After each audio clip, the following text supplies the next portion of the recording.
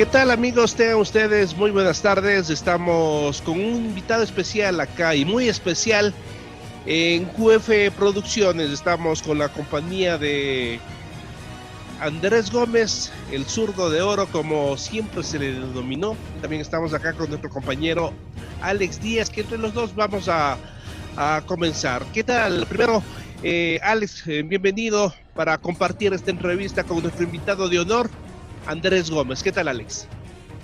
¿Cómo están, amigos, amigas de QF Producciones? Estamos con una leyenda viviente del tenis, no solo ecuatoriano, sino a nivel sudamericano, latinoamericano, como es Andrés Gómez.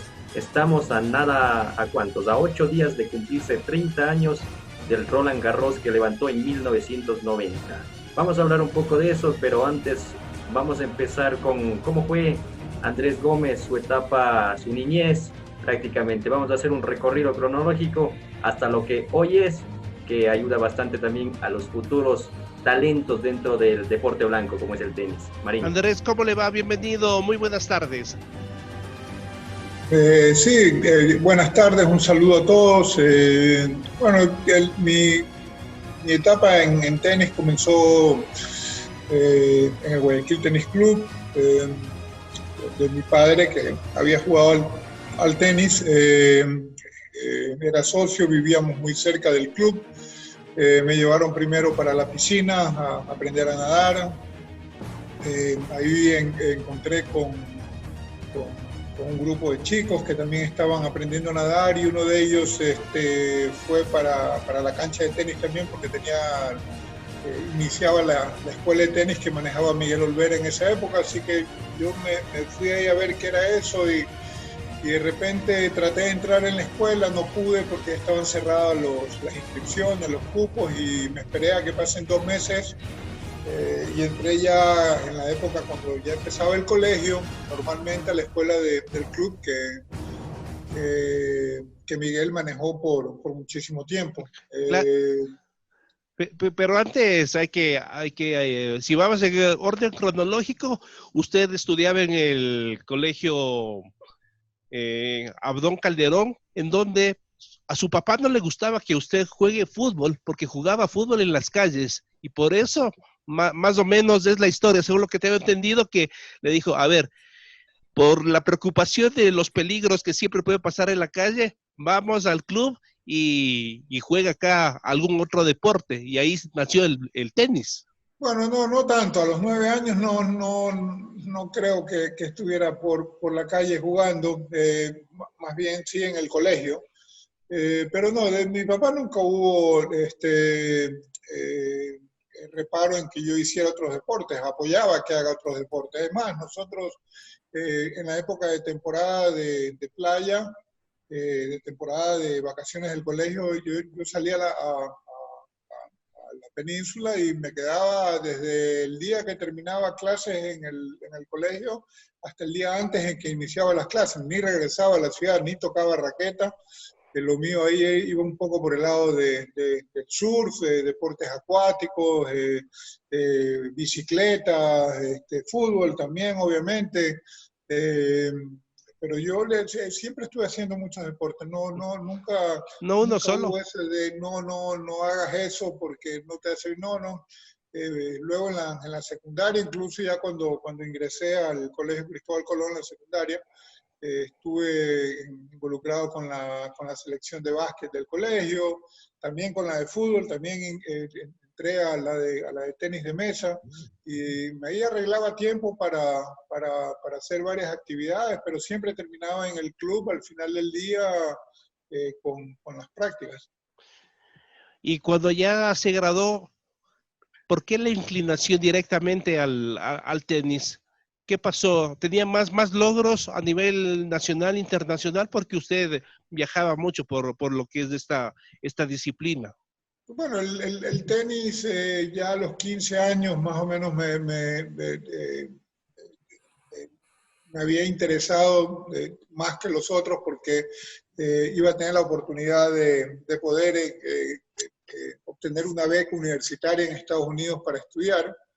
La oportunidad obviamente, de seguir viajando, que era algo que me gustaba, tener, que hacer amistades, tener nuevos amigos, conocer lugares. Eh, y también el hecho de ser un deporte individual también llamaba mucho más la atención a las cosas que yo quería hacer. Cuando voy por primera vez a Florida a entrenar a la Academia Harry Hoffman, es él quien de alguna manera ve que hay un talento que puede ser premiado de alguna manera con una beca de entrenamiento en la academia de él, y así es que yo a partir de los 16 años prácticamente comencé a vivir en Florida, jugar torneos en Estados Unidos, hasta que salió la oportunidad de viajar a Europa por primera vez, pero eso ya en el contexto del tenis profesional, ya graduado del colegio también, y con aspiraciones como digo, de entrar a la universidad, de tener la oportunidad de jugar tenis universitario, que de hecho ya lo había conseguido, tenía una beca lista, pero por cosas del destino ya el tenis tomó otra dimensión, mi ranking también, y de repente cuando tenía que ingresar a la universidad estaba 90 en el mundo, y decidí pasar por alto esa oportunidad y dedicarme directamente al tenis profesional. ¿Usted estaba de viaje o estaba jugando algún torneo y lastimosamente falleció su padre? ¿Quién le dio la noticia? Porque usted estaba fuera de la ciudad, del país. Sí, estaba en México jugando un torneo de juveniles, era mi último año juvenil, venía jugando el Orange Bowl en Florida. En esa época habían vuelos que charteaban con los jugadores que iban de un lugar a otro lugar, y en ese vuelo íbamos todos los jugadores, llegamos a Ciudad de México, me tocó estar en una casa de familia. Nosotros habíamos viajado en la noche, la madrugada de Navidad, ya cuando llegamos 6, 7, 8 de la mañana a la casa que me tocaba llegar, me informaron que había sucedido lo de mi padre. En esa época no era así de fácil como ahora, volver, salir, regresar, embarcarse en un avión y volver. Tampoco tenía los medios económicos para hacerlo. Y tuve que esperar a que finalice ese torneo, y luego de eso ya poder regresar a Guayaquil. Y dentro del mundo del tenis, en sus inicios, ¿cuál fue su mentor? ¿Cuál fue su maestro? ¿Qué recuerda de él? Bueno, como digo, yo inicié en la escuela de Miguel Olvera, en el Guayaquil Tennis Club, también en esa misma escuela también trabajó el profesor Ricardo Lucero, un chileno que nos ayudó mucho, que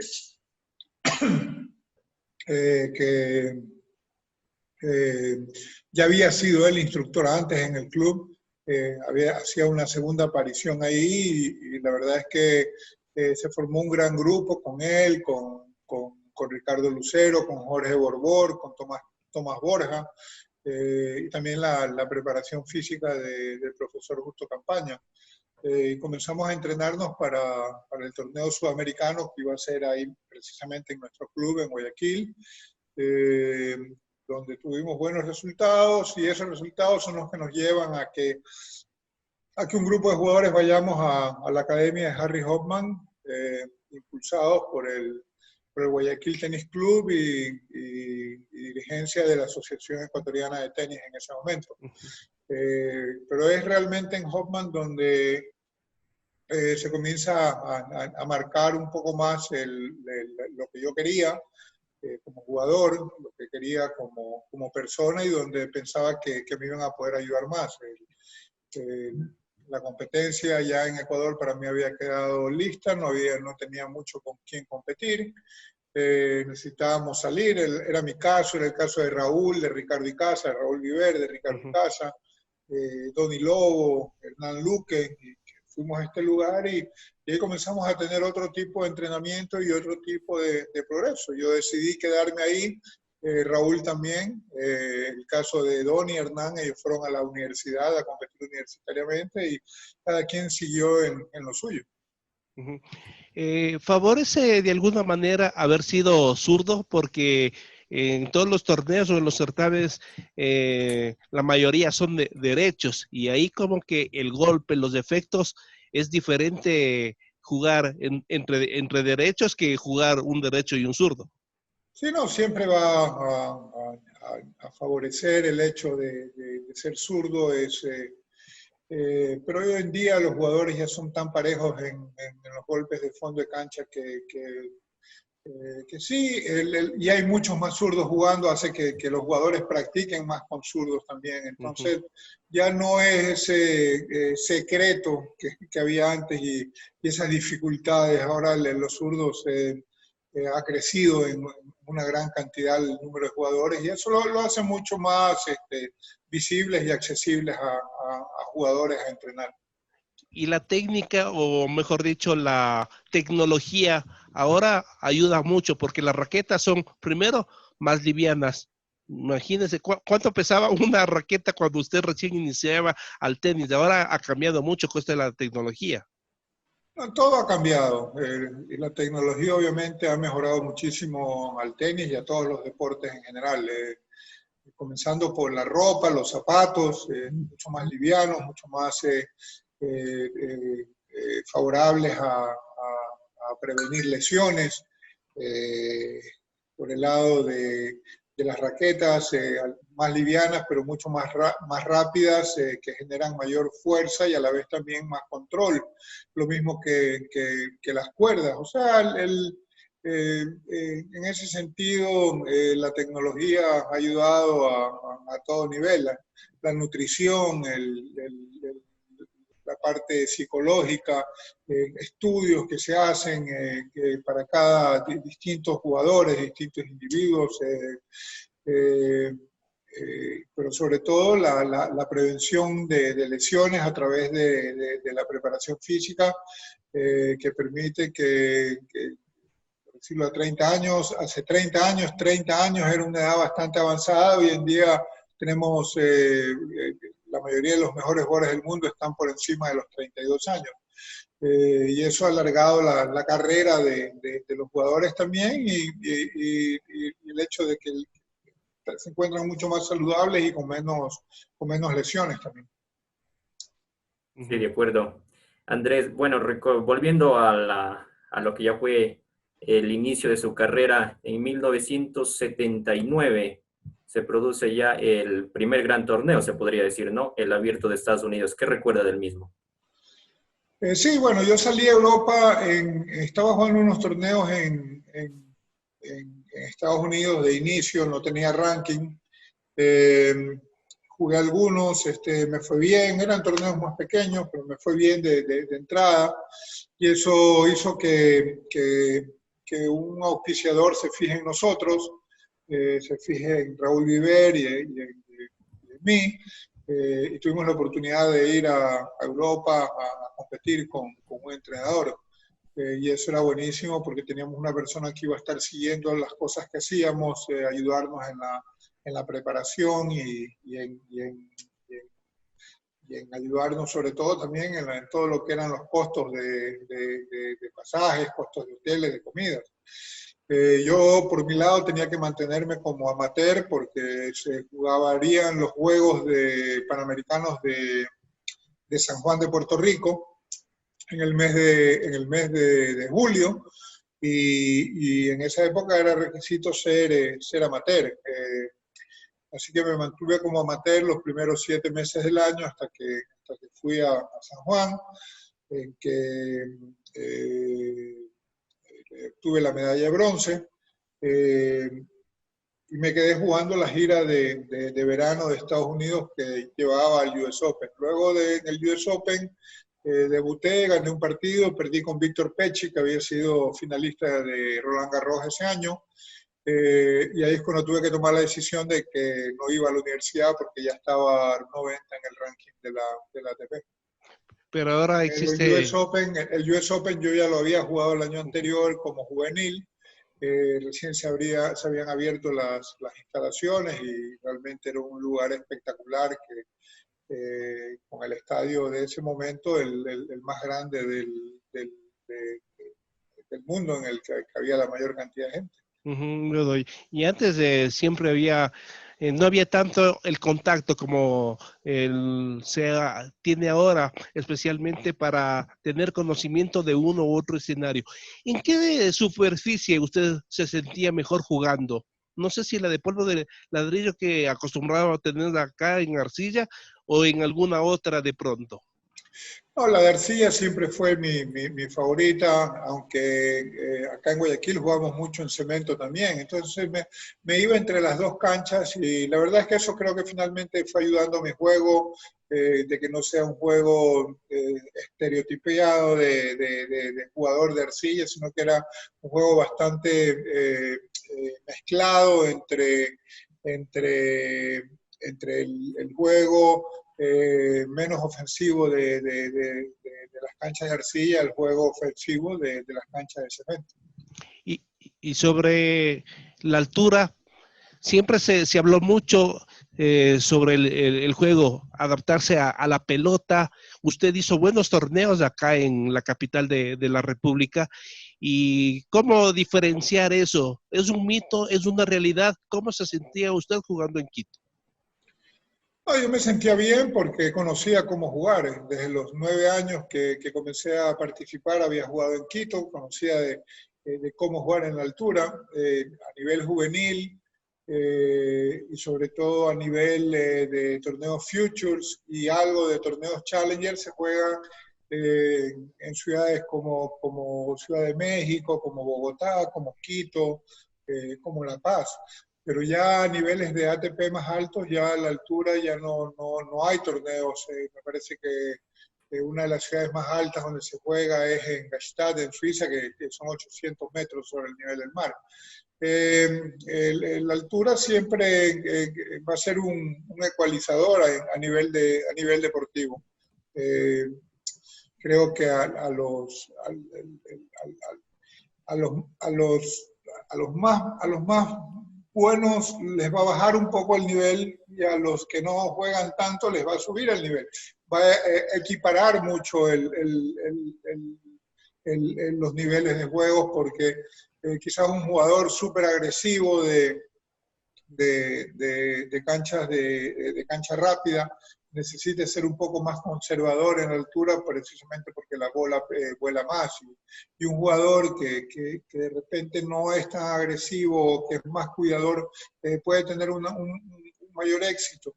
Igual al revés, si un jugador muy agresivo que juegue menos tiene posibilidades contra uno que pueda ser más no defensivo, sino digamos más de fondo de cancha, porque para jugar en la altura hay que atacar mucho la net, ya que el juego es mucho más rápido, mucho más violento. Bueno, vamos a hablar de lo que se viene por estos 30 años, de lo que fue el torneo más importante para Andrés Gómez, el Roland Garros. Cuéntanos un poco cómo fue antes de ese torneo. Recordar que en 1988 también se levantó el título junto con un tenista español, el título en dobles también del Roland Garros. Primero, ese paso antes de ese título en dobles y después ya lo que se vino, la consagración en el Roland Garros de 1990. Bueno, yo jugué el primer año en Roland Garros en 1980 realmente, y el 79 ya había estado ahí, había conocido el lugar, había tenido chance de practicar en las canchas y era realmente el torneo espectacular. Fueron 10 años donde hubieron muchos partidos, hubieron muchos triunfos, algunas derrotas duras, que fueron por ahí un poco formando dando la fortaleza necesaria para ir creando el carácter que creo se necesita para ganar en un torneo de esa categoría. Obviamente ganar el doble un par de años antes ayuda porque te dice que puedes hacerlo, a pesar de que hoy en día es muy diferente. El singles y dobles son dos competencias totalmente diferentes, pero obviamente que ahí ayudó el hecho de ganar ese trofeo, de sentirte que estabas en en lo más alto, llevó a que son experiencias que se van sumando porque son horas de cancha que uno juega en la cancha principal, que es importantísimo y que hace diferencias al final del tiempo. Hay canchas en las que uno a veces se siente mucho más cómodo que en otros y por eso es importante conocer el lugar donde vas a jugar, donde vas a estar, las distintas condiciones durante esa época de mayo, junio, fines de mayo, junio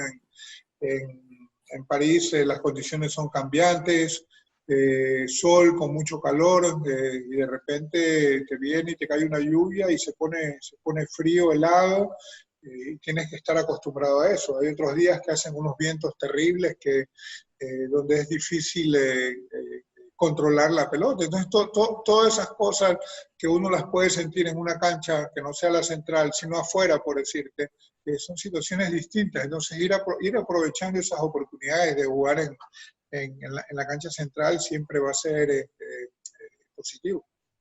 ¿Y cómo estaba acompañado? ¿Quién le acompañaba a Soso en ese torneo, especialmente el de Roland Garros que se levantó el trofeo? ¿Con quién estaba? No, estaba con mi esposa, con mi hijo y con mi entrenador, Pato Rodríguez. De ahí ya para la final, llegaron un grupo vino mi hermano, vino un primo, vinieron 6 amigos más, estuvieron ahí presentes en el palco de jugadores. Aparte, también tenía invitados amigos que residían en el país, París.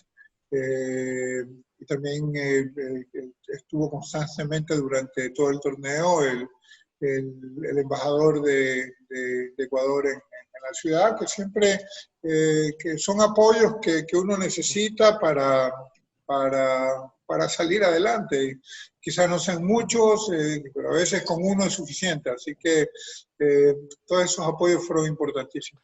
Y cómo también, estaba? sí, perdón, Alex. ¿Y en qué momento ya fue la prensa?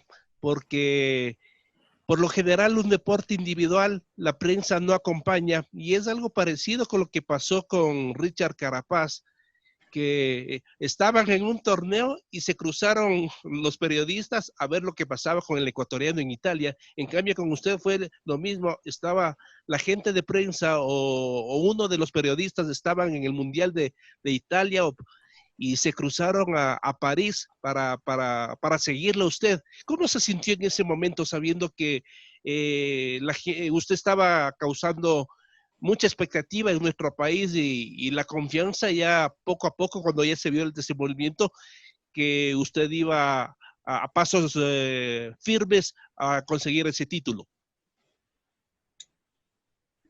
Bueno, realmente mi preocupación no era si había prensa o no había prensa. O sea, quizás hoy en día, con la tecnología de hoy en día, te pueda preocupar un poco más, pero no creo que sea el caso. O sea, lo mío era jugar. El periodista que estuvo ahí, que era Vito Muñoz, yo estuve 2 veces antes con él ahí. La primera fue acá en Guayaquil, donde él, unos meses antes, ellos tenían que cuadrar fechas de lo que iban a hacer los hoteles de ellos en Italia, y coordinó para en qué momento iba a estar yo en París para hablar conmigo.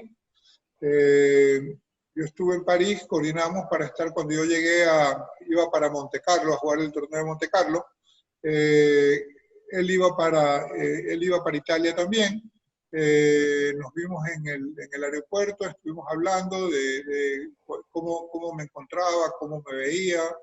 Una entrevista normal y general de lo que venía. Había expectativa porque había ganado el Conde Godó el año anterior, había vencido a Agassi y a Vilander el año anterior, y había una recuperación que se veía que venía. Luego ya durante el Mundial propiamente dicho, ellos estuvieron en Italia y yo en París. O sea, yo no es que ni hablaba por teléfono porque tenían la información de lo que yo hiciera, porque en las ruedas de prensa que tenía que dar por obligación, siempre había que dar la parte en inglés y la parte en español para todo lo que era Latinoamérica, que sí tenía una representación importante como siempre.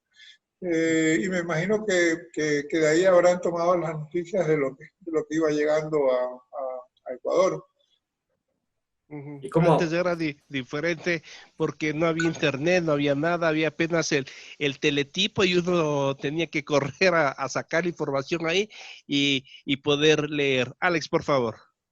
Sí, le quería preguntar, mejor dicho, a Andrés, ¿cómo estuvo la afición, cómo estuvo la gente en esa final? ¿Con el estadounidense o un poco con usted? ¿Qué pesó también? ¿Se podría decir algo de eso? El partido de ahí depende mucho por un lado, Agassi era el jugador nuevo del circuito, con su indumentaria de colores raros, con el pelo pintado. Y por el otro estaba el veterano que ya venía de algún tiempo luchando y que había estado algunas veces ya en esa cancha central jugando algunos partidos y que de alguna manera reconocían lo que tenía. Yo creo que estaba bastante equilibrado y lo que la gente normalmente quiere es tener un gran partido y van alentando con el que están, pero si necesitan que alentarlo al otro para ir y que es indiferente. Pero de nuevo, o sea, no es Copa Davis, que uno entra y uno sabe que tiene todo a favor o tiene todo en contra. Y de nuevo, o sea, la parte del jugador, el jugador no está pendiente tanto de esas situaciones, a no ser que sea que tengas que jugar contra un francés, por ejemplo, ahí sí es de visitante totalmente. Claro, no, te preparas de una manera diferente para enfrentar el partido porque sabes que vas a tener a la gente en contra. Entonces, es cuestión es lo que digo, o sea,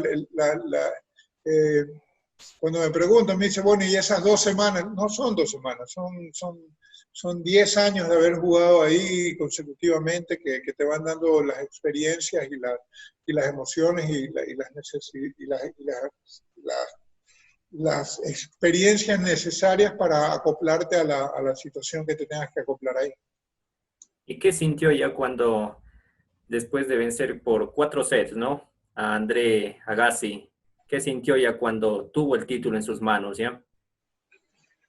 Bueno, primero un alivio, porque de siempre, desde la primera vez que fui ahí, que jugué contra Borg, y vi lo que él representaba para el tenis, para lo que representaba para el torneo. Era algo que decía, bueno, yo quisiera tratar de tener lo mismo que él y tratar de ganar este torneo, todo, que tener tener uno de los torneos más importantes del mundo, sino el más importante en cancha de arcilla, el más importante del mundo, o sea, con el que más yo me podía relacionar, donde había tenido 30, 40 partidos antes, que había tenido resultados diversos, que había tenido situaciones diferentes. Ya está, se ganó. Listo, a lo siguiente. ¿Qué significa? Decía, ¿no? Las victorias, las derrotas duran 24 horas, de eso dicen en el fútbol. Pero se puede aplicar a todo deporte esa teoría. Y es mucha la diferencia, debe ser mucha la diferencia cuando juega la Copa Davis. Usted que ha sido o que estuvo constantemente siendo del equipo de Copa Davis, incluso no le dejaban retirar para que siga jugando en Copa Davis. ¿Cómo es ese sabor de este torneo? No, representar al país siempre es la máxima aspiración de un deportista. Uno quiere siempre jugar en representación de su país. El tenis es un deporte que no te da muchas oportunidades, no te da muchas oportunidades de estar presente y jugar delante de tu gente.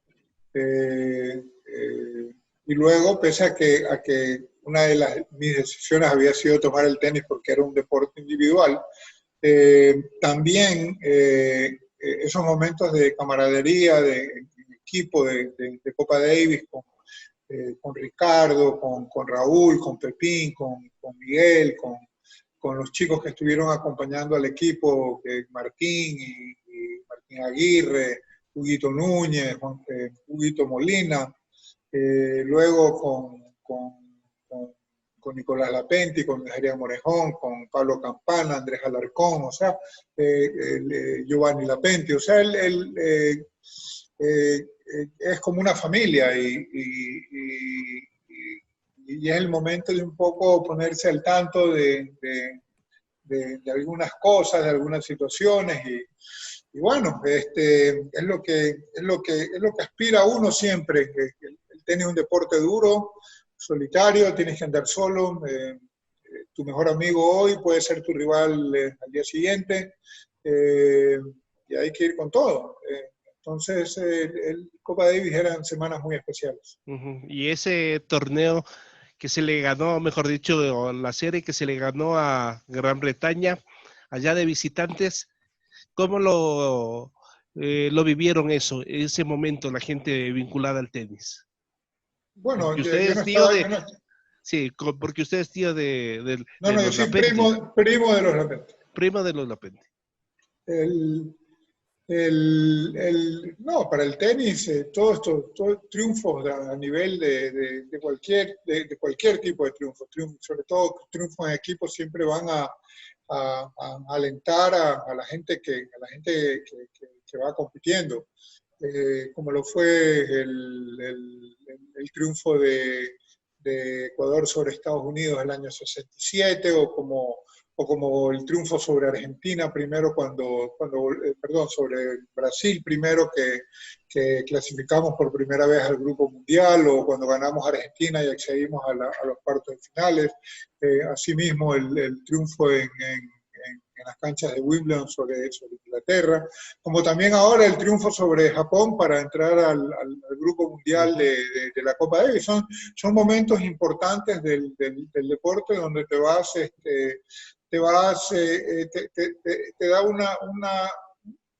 da una especie de aire para seguir progresando, para seguir buscando las metas que se tiene como deporte en el país y las aspiraciones que tienen todos los chicos que comienzan a jugar y que están compitiendo nacional e internacionalmente. Usted habló de Argentina, ese allá que se le ganó. Mario Canesa dijo o puso en su titular, un gigante, Andrés Gómez derrotó a los argentinos. Bueno, eso realmente fueron los argentinos, no es de Mario el título fue de la revista El Gráfico. Ah.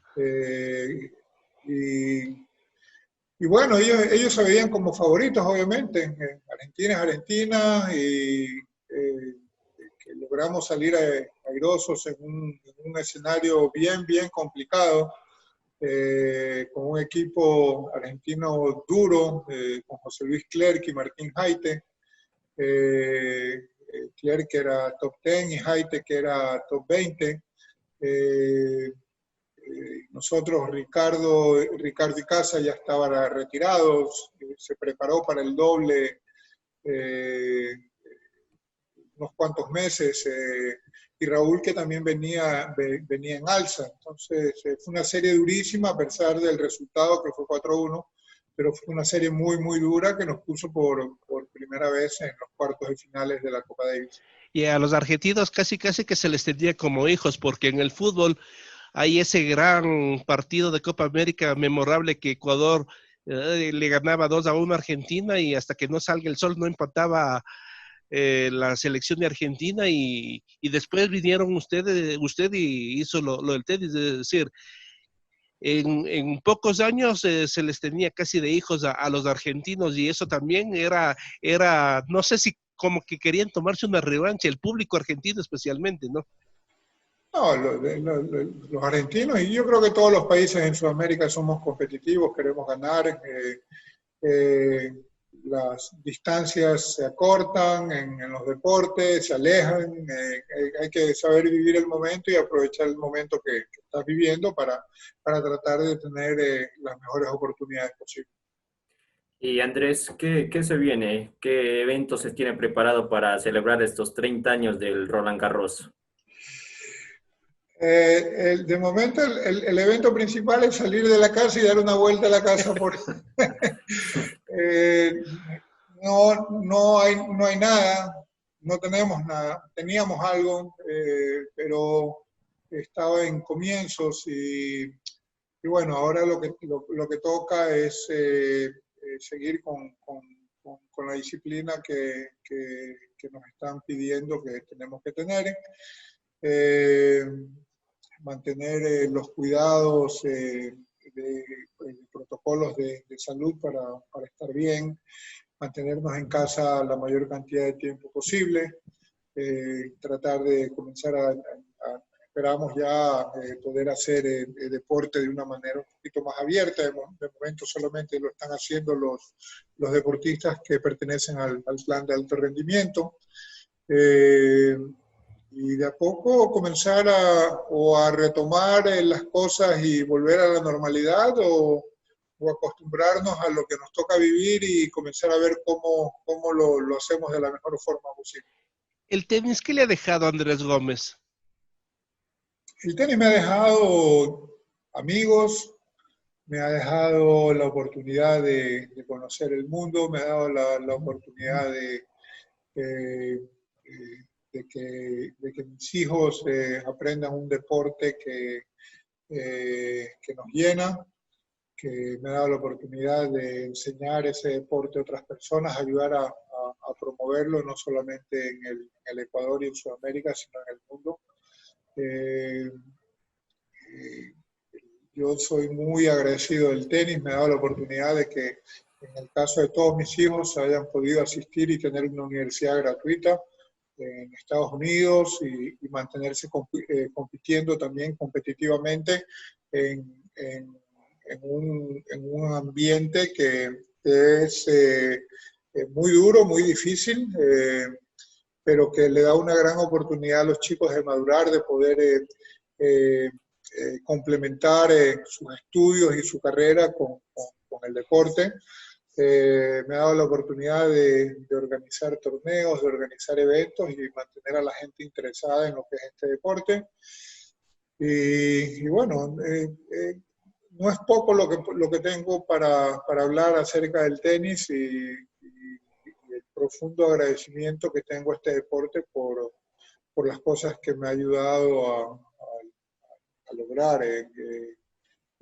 Una familia dedicada al deporte, me ayudó a tener una vida profesional, el tenis sigue siendo mi profesión, a tener una buena vida que no ha sido fácil de lograrla, que ha tomado mucho trabajo, esfuerzos, dedicación, momentos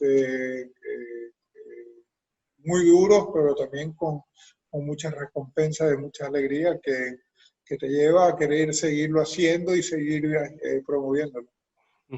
Bueno, en esta etapa ya como formador de nuevos talentos dentro del deporte del tenis, ¿en qué proyectos nomás trabaja usted para contribuir a que los nuevos talentos pues salgan a la luz? Bueno, yo tengo una escuela, una academia de tenis, tengo 2 torneos juveniles que son parte de los torneos de la Confederación Sudamericana de Tenis y de la Federación Internacional de Tenis, que dan oportunidad a que jugadores en el país puedan tener competencia internacional que les permite tomar puntos para su ranking mundial. y que permite que vengan jugadores de otros países también a competir con los nuestros, intercambio de conocimientos entre entrenadores, preparadores físicos, etc. Y luego tener la oportunidad, tengo un torneo Challenger también que se juega en el mes de diciembre, el Challenger Ciudad de Guayaquil, que ya tiene 15 años. Y la idea de tener esto es tratar de seguir promoviendo el tenis y sacando valores que nos representen en los equipos Copa Davis y en las competencias internacionales de ATP y de WTA. Sin ser el tema regionalista, pero ¿por qué salen más tenistas de Guayaquil? Acá de Quito realmente muy pocos, o el último que siempre estuvo es Pablo Campana. De ahí el resto, todo de la costa, y son los mejores resultados que hemos tenido a nivel internacional. Bueno, fue lo que expliqué al principio. En los inicios tienes torneos nacionales, internacionales de juveniles que se juegan a más de 2.200 metros de altura. Pero ya en el ámbito profesional ya esa cantidad de torneos es mucho menos. Entonces, por no decir que en ATP, si hubo, fue el ATP de Quito cuando estuvo, que fue 3 años, 4 años, y es complicado porque venir para un jugador que no conoce jugar en altura, venir, tener que adaptarse por lo menos una semana antes, 5 días antes, luego el control de la pelota es totalmente diferente. Eso lo hace distinto. Y para mí el jugador de altura tiene que combinar mucho más sus entrenamientos con entrenamientos que estén al nivel del mar o en alturas mucho más bajas para poder ir desarrollando juego, porque si la pelota viaja demasiado rápida hace que los jugadores sean más conservadores, y efectivamente como jugador juvenil de 12, 13, 14, 15 años, tienes esa oportunidad de rendir mucho más porque tienes un control diferente. Pero ya cuando comienzas a hablar de potencias y de saques y de golpes más agresivos y más ofensivos, ya le cuesta a ese jugador comenzar a generar ese juego porque no está acostumbrado. En cambio, los que juegan en nivel de mar, sí tienen esa oportunidad de ir ganando en poder, pero también ganando en consistencia. En ese punto, Andrés, ¿qué le falta al tenista ecuatoriano para ser un Andrés Gómez, para estar en lo alto de un torneo internacional importante como fue el Roland Garros? ¿Qué cree que le falta al tenista ecuatoriano? Bueno, yo creo que siempre la ayuda económica es necesaria porque viajamos en condiciones de desventaja frente a otros jugadores normalmente andas con un entrenador que lo compartes con otros 3 o 4 jugadores, no siempre puedes llevar un preparador físico como quisieras o tener tu propio fisio contigo que te conoce, que sabe cómo tratarte, cómo aliviar tus malestares, y eso son cosas que hacen una gran diferencia no solo en el tenis, sino en cualquier deporte. Imagínate que estás en un campeonato nacional y te toca ir tú tienes solamente tu entrenador, nadie más, y tienes que ir a enfrentar al otro que tiene nutricionista, fisio, masajista, asistente del entrenador, preparador de arqueros, o sea, vas en una desventaja. No digo que no puedas cumplir grandes gestas, no digo que no puedas lograr cosas importantes, cada uno se tiene que arropar con lo que tiene, Y precisamente es ahí, en esos momentos, cuando comienzas a ver esos deportistas, esos atletas que hacen una diferencia y que comienzan a aspirar por más. Entonces también consigue gente que dice, a ver, a este que está aquí hay que apoyarlo más, vamos a ver cómo lo vamos ayudando y cómo lo vamos forjando. O sea, cuando hay gente que no tiene, que no tiene mayores aspiraciones y logros, es difícil ir a apoyar y decir, no, porque yo hago el deporte, pero no, pero está bien, yo te puedo apoyar, pero tú estás corriendo los 100 metros en 15 segundos, no te voy a apoyar, no te puedo apoyar, tienes que estar en 10-2 para comenzar a verte. Entonces, son cosas que a veces no se entienden, no es de ir y pedir por pedir, es necesario irse ganando las cosas a pulso y buscando los apoyos necesarios para ir logrando lo que se quiere. Y bajo esas condiciones, un entendido del tenis como usted, ¿cómo estaría el tenis ecuatoriano de aquí en unos 10 años, mirándolo a futuro, por ejemplo? No quiero ver tan rápido porque te digo que estos 30 de Roland Garros se me han pasado rapidísimo y no quisiera que los próximos 10 vayan así de rápido. Quiero ir poco a poco. De momento, creo que Ecuador y Colombia son los dos únicos países latinos que están sudamericanos, que están en Madrid, en la Copa Davis. Y a eso hay países mucho más con historia, como Argentina se quedó fuera, Chile o Brasil, que tienen un poder económico diferente al nuestro, con capacidades distintas a la nuestra en el sistema de número de canchas, infraestructura, etcétera, etcétera, tampoco están ahí. Entonces yo creo que estamos bien, yo creo que es necesario ir apoyando lo que tenemos en este momento para tratar de lograr qué viene atrás para querer cosechar en esos 10 años a los cuales estás mencionando y te refieres. Nosotros siempre lo hemos recordado, lo hemos visto, una persona muy tranquila, Andrés Gómez, pero otra cosa es estar en la cancha, estar con la adrenalina, las pulsaciones que van cada vez aumentando. ¿Tuvo alguna vez algún problema con algún árbitro, con algún juez de silla y reclamaba lo suyo? Sí. ¿Qué pasó ese momento? ¿Por qué reclamaba? ¿Por qué ha reclamado Andrés? Son momentos son situaciones. Los árbitros muchas veces se equivocan de buena fe. A veces están descuidados, ellos también tienen problemas, ellos también tienen falta de atención de repente, y hay que ir a presionar. Hay que ir a presionar para que estén más atentos, para que llamen como tienen que llamar. De repente te estás jugando un partido y en un punto están pensando en cualquier cosa, y eso puede ser la diferencia entre ganar y perder. Es vital. Entonces a veces es necesario siempre mantenerlos alerta, y a veces cuando se sucede repetitivamente ciertas cosas, porque también, así como hay jugadores buenos y jugadores malos, también hay árbitros buenos y árbitros malos que se pueden equivocar, o no están viendo bien. Entonces hay que ser un poco más enérgico, y a veces cuando hay la confrontación, dependiendo de la calentura del partido, también te lleva a que pierdas o puedas perder un poco la sensatez. ¿Y alguna vez se encontró con algún rival pícaro que no usaba el fair play, sino, por ejemplo, que tenga doble cuerda en la raqueta, alguna cosa así? Bueno, yo creo que con 1,93 m y 190 libras tenías que estar bien parado al frente para poder querer pensar que me iban a intimidar. Nunca fui de conflictos y mucho menos de confrontación.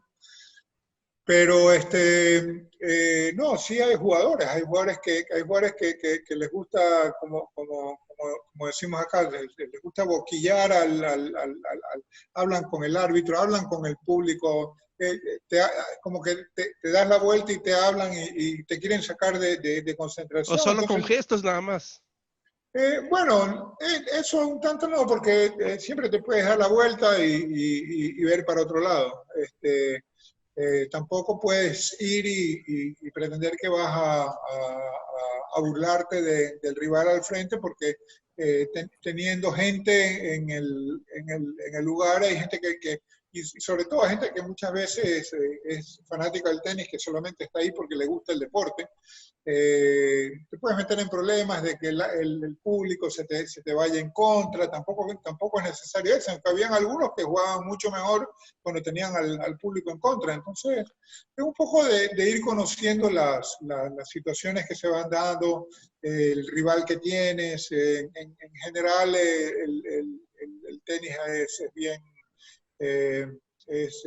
bien deportivo, con jugadores que son bastante correctos, pero hay que estar alerta siempre a cualquier cosa que pueda darse de ese tipo. En ese tema de encuentros me queda una pequeña duda ahí. Recordemos que André Agassi dijo que esa final del 90 la perdió por su peluca, ¿no? Que se volvieron a encontrar tal vez en alguna ocasión, volvieron a hablar después de la publicación de ese libro con él. No, yo no lo veo, Andrés no lo veo hace, no sé, unos 8 o 10 años por lo menos. ¿Y Pero con la qué? tecnología no se han podido conectar con gente anterior, ¿no? Gente anterior, sí, Con pero los amigos que ha dejado el deporte. bueno, este año hablé con él porque él lo está, no con él directamente, pero él es una de las personas que estábamos buscando para traerlo a Guayaquil a celebrar los 30 años de mi triunfo. Vamos a ver si lo aceptaría. Veremos qué pasa, pero no, yo tengo mucho contacto con jugadores, amigos, que no necesariamente tengo contactos con jugadores con los que inicié a los 14 años, que después ellos fueron ingenieros o abogados, otra cosa, y sin embargo mantenemos esa amistad. También tengo jugadores que del circuito, pero no es que estoy constantemente más bien ahora en esta cuarentena, es que he recibido muchas llamadas, gente que estuvo muy preocupada con la situación, con las imágenes que se presentaron de Guayaquil no fueron las mejores. Eran reales, pero no eran las mejores, y era duro, y obviamente que había gente muy preocupada con lo que estaba pasando. Hoy varios de esos amigos están del otro lado, están amigos brasileros, amigos peruanos, amigos chilenos, están en el lado receptor de esos problemas, y aquí lo que vemos es tratar de seguir unidos para salir adelante. Entonces, sí hay el contacto con la gente. O sea, por ejemplo, yo con Agassi yo no tenía mucha relación, pero en cambio con Jim Courier tenía una excelente relación, éramos mucho más cercanos. Bueno, también podía ser porque Courier entrenó con Colón Núñez a los 13 años, 12 años, entonces lo conocía desde muy chico. Pero el tenis es un deporte individual, y la gente se mantiene individual y guarda mucho las distancias. Pero ¿Alguna ¿qué le anécdota? deja ese mensaje, Andrés, lo que dijo Agassi después sobre el peluquín? Tal vez tratando de desprestigiar, ¿no? No sé, o lo ve de otra forma. No, porque en el libro hay una parte que habla muy bien de mí también. Entonces, el tema promoción puede ser para promocionar su libro en Ecuador, en Sudamérica, qué sé yo. Pero hay una parte que habla muy bien de mí. O sea, la gente que conozco, y muchos que ni siquiera tienen el libro, sino que van a una librería directamente, o lo ven ahí en Kindle, le van directamente a la parte que hablan de la peluca, y no se preocupan muchas veces de leer otras partes donde también hay palabras diferentes de él. O sea, un libro es un libro. O sea, yo en un año puedo sacar un libro, y yo puedo hablar de lo que pasó hace 30 años o hace 40 años con mi carrera, y obviamente que hay un dicho en tenis que dice: yo siempre fui mejor jugador hoy de lo que fui ayer. Entonces, hay muchas cosas para hablar, hay muchas anécdotas que contar y muchas cosas para decir. Sobre esas anécdotas, ¿alguna que haya tenido con Lendl o con McEnroe? John y Iván son muy amigos míos los dos. Yo me llevo muy bien con ellos. Es una relación diferente porque nos conocimos desde muy chicos también. No es que nos hablamos por teléfono una vez a la semana o algo, pero cuando hay momentos para hablar, lo hacemos. John está mucho en televisión, Iván, trabajamos en tenis mucho, qué sé yo, hablo más con Lendl de lo que hablo con McEnroe. John es más distante en ese sentido, aunque es para mí un excelente, es un gran tipo para mí, conmigo. Complicado, complicadísimo, pero conmigo siempre nos llevamos bien. Con Iván es distinto, es más bromista, más... es mucho más, bueno, a los dos les gusta hablar bastante, pero con Iván tenemos otras cosas para hablar. Con John es tenis o música. Con Iván es más tenis, golf y los chicos, y etcétera, etcétera. ¿Alguna vez rompió alguna raqueta? Sí. ¿En algún partido o en entrenamiento? Sí. Un momento en que tenía carácter juvenil. Sí, no, yo recuerdo porque uno se crió viendo las imágenes de tenis, alguna vez jugamos tenis y hay a veces que tal vez algunas cosas que uno mira no lo toman como ejemplo, pero como adolescente tal vez le ocurre. Yo recuerdo tenía una raqueta de palo, de las que podía jugar ese momento y terminé en 2 porque pasó algo y salió la raqueta al estilo de algún tenista y hasta claro. ahí llegó la raqueta, ¿no? No, por ejemplo, Anastasia era mucho de esos, entonces crecí viendo a Anastasia y se te pegan esas cosas. Es como los chicos ahora que ven mucho de Kyrgios, entonces hay muchas actitudes parecidas, porque lo ven al tipo que es todo canchero, todo bien parado ahí, entonces los chicos también quieren tiran raqueta, rompen sus cosas, aquí hay que enderezarlos. O sea, son ejemplos que se van dando y que yo no digo ni buenos ni malos, porque yo creo que en caso de que este sea un mal ejemplo, te ayuda también a decir, mira, eso no hay que hacerlo. Eso no está bien, no se ve bien. Míralo cómo se lo ve en la cancha. Entonces, pasa a ser un buen ejemplo también. Estamos llegando a la parte final de la entrevista y siempre queremos agradecerle a Andrés Gómez. Entre las preguntas finales, ¿su mejor partido cuál fue? Mejor partido, yo creo que hubo uno que jugué en semifinales en Indianápolis que le gané a Yannick Noah 6-0, 6-1, fue un muy buen partido. Hay otro que también le gané a Boris Becker en las semifinales del Tournament of Champions en Forest Hills, el 87 también fue muy bueno. El que jugué con Muster en Roma, en las semifinales en Roland Garros también fue muy bueno. Con Agassi también jugué bastante bien. Un par de partidos ahí en el US Open con Gerulaitis, un año en octavos de final jugué muy bien, y otro año con Jimmy Connors en el 81, a inicios de mi carrera, que fue a 5 sets, y aunque lo perdí también fue un buen partido. ¿Y el peor partido de su vida? No, peores hay bastantes, y a veces no, a veces esos son los que rápidamente te quieres olvidar. No hay un control de pero le queda marcado. No, porque hay situaciones que son diversas y distintas. A veces te toca competir en un lugar, en una ciudad, y terminas jugando hasta el último día. Y otras veces terminas ahí y enseguida tienes que ver al día siguiente cómo vuelas, cómo llegas al siguiente lugar.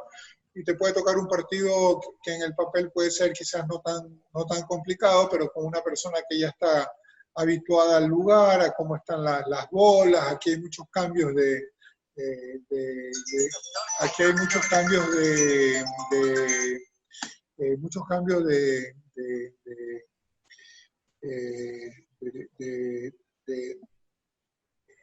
situaciones. O sea, juegas con una marca de bola en un lado, en otro lado juegas con otra pelota. De repente vas a un club que es nuevo, un torneo nuevo que no lo conoces. A veces, por ejemplo, a nivel de fútbol, aquí a nivel nacional, los jugadores saben exactamente el lugar que van a ir a jugar y tienen clarísimo, saben la hora que van a jugar, el día que van a jugar, y tú te puedes preparar. A veces, acá a veces no hay tanto para prepararse. Un año me tocó el 89, gané Barcelona y me tocó ir a Palermo, y para llegar a Palermo tuve que ir al día siguiente, el día lunes. Tenía que ir a Roma, se atrasó el vuelo para llegar a Roma y fallamos el vuelo Falló la conexión. Palermo. Y recién pudimos coger un vuelo como a las 6 de la tarde, 7 de la noche. Llegar, no tuve chance de jugar, ni de calentar, ni nada. Cansado del torneo en Roma, que le había ganado a Lende, le había ganado la final en 5 sets a Skov, había ganado el doble también, venía cansado, venía fundido. Y el día siguiente me tocó un alemán que no lo conocía nadie y que el tipo jugó bien, sacó muy bien y no me dio chance, me ganó bien. Yo no jugué como hubiera pensado que podía jugar, pero se dan. O sea, aquí se juega con una marca de pelota y esa bola, todo el mundo usa toda la pelota el mismo año. Acá hay una pelota una semana otra pelota, y son diferentes. Bueno, ya para finalizar, ¿cuál es su mensaje para esos jóvenes, para esos niños que empiezan en el mundo del tenis y que lo ven a usted como quisieran ser, ¿no? Después, como un ejemplo? Bueno, seguir entrenando, importante seguir las indicaciones del entrenador, la importancia también de estar bien en la escuela, en el colegio. Tenis es inicio, es un complemento de los estudios, y luego pasa a ser una forma de vida. Sigues acompañando a esos estudios porque puede dar la oportunidad de estudiar en otros lados, en otros lugares donde puedes aprender otros idiomas, donde puedes seguir compitiendo, que es lo más importante, que te pueda dar la oportunidad luego de quizás tener una oportunidad de ir al tenis profesional. Entonces, esto hasta aquí es de caerse y volverse a levantar y seguir insistiendo, y sobre todo lo más importante, hacerlo con libertad, con felicidad, divirtiéndote lo que vas a hacer. Y si las cosas no se dan, pues bueno, no se dan, pero tienes un lindo deporte que lo puedes jugar hasta la edad que sea. Perfecto, muy bien. Queremos agradecerle a la leyenda del deporte blanco, que es Andrés Gómez, que estuvo hoy con nosotros en QF Producciones. Muy amable y muchas gracias siempre, Andrés, por esa sencillez. Muchísimas gracias y un saludo a todos.